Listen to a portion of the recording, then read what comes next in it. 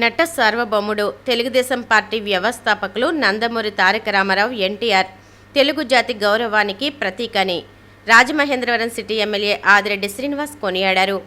ఎన్టీఆర్ పేరు ప్రజల గుండెల్లో చిరస్థాయిగా నిలిచిపోతుందని, తెలుగు జాతి ఉన్నంత వరకు ఎన్టీఆర్ పేరు, తెలుగుదేశం పార్టీ చిరస్థాయిగా నిలుస్తాయని ఎమ్మెల్యే ఆదిరెడ్డి శ్రీనివాస్ స్పష్టం చేశారు.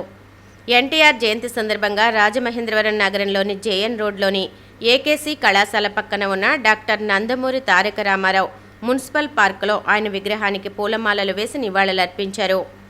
ఈ సందర్భంగా ఆదిరెడ్డి వాసు మాట్లాడుతూ, మహానాడు రెండవ రోజు ఎంతో విశిష్టమైనదని, తెలుగు జాతి అభ్యున్నతి కోసం పుట్టిన పార్టీ తెలుగుదేశం పార్టీ అని పేర్కొన్నారు. పార్టీ స్థాపించిన నాటి నుంచి నేటి వరకు తెలుగు ప్రజల అభివృద్ధి, సంక్షేమం కోసం నిరంతరం కృషి చేసిన ప్రాంతీయ పార్టీ టీడీపీ మాత్రమేనని తెలిపారు.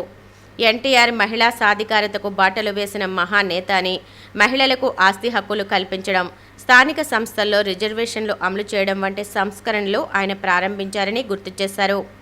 అదే స్ఫూర్తితో నారా లోకేష్ మహిళలకు చట్టసభల్లో 33% రిజర్వేషన్ అమలు దిశగా కృషి చేస్తున్నారని తెలిపారు.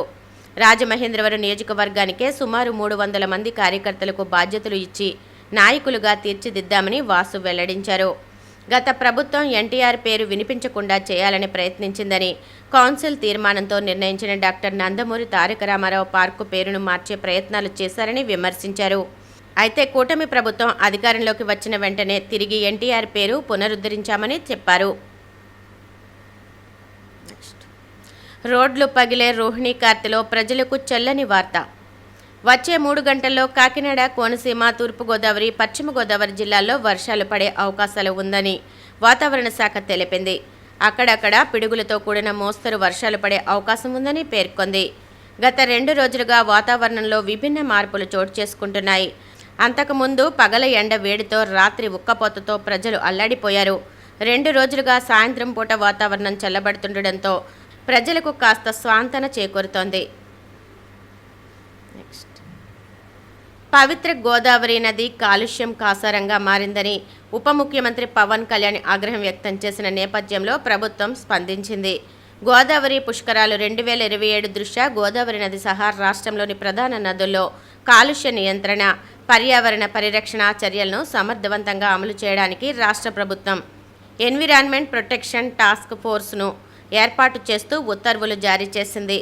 రాజమహేంద్రవరం వద్ద గోదావరి పుష్కరాల ఏర్పాట్లపై ఉప ముఖ్యమంత్రి పవన్ కళ్యాణ్ నిర్వహించిన సమీక్షా సమావేశంలో ఇచ్చిన ఆదేశాల మేరకు ఈ టాస్క్ ఫోర్స్ను ఏర్పాటు చేసినట్లు ప్రభుత్వం తెలిపింది. పర్యావరణ, అటవీ శాఖ ప్రధాన కార్యదర్శి అధ్యక్షతన ఏర్పాటు చేసిన ఈ టాస్క్ ఫోర్సులో పురపాలక, పంచాయతీరాజ్, పరిశ్రమలు, వ్యవసాయం, మత్స్యశాఖ, పర్యాటక, దేవాదాయ, నీటిపారుదల, గ్రామీణ నీటి సరఫరా శాఖల ఉన్నతాధికారులతో పాటు తూర్పుగోదావరి, పశ్చిమ గోదావరి, ఏలూరు, కాకినాడ, కోనసీమ, పోలవరం జిల్లాల కలెక్టర్లు సభ్యులుగా ఉంటారు. ఆంధ్రప్రదేశ్ కాలుష్య నియంత్రణ మండలి సభ్య కార్యదర్శి కన్వీనర్గా వ్యవహరిస్తారు. పుష్కరాల సందర్భంగా భక్తులకు పరిశుభ్రమైన, సురక్షితమైన వాతావరణం కల్పించడమే లక్ష్యంగా ప్రభుత్వం ముందస్తు చర్యలు చేపడుతోందని అధికారులు తెలిపారు.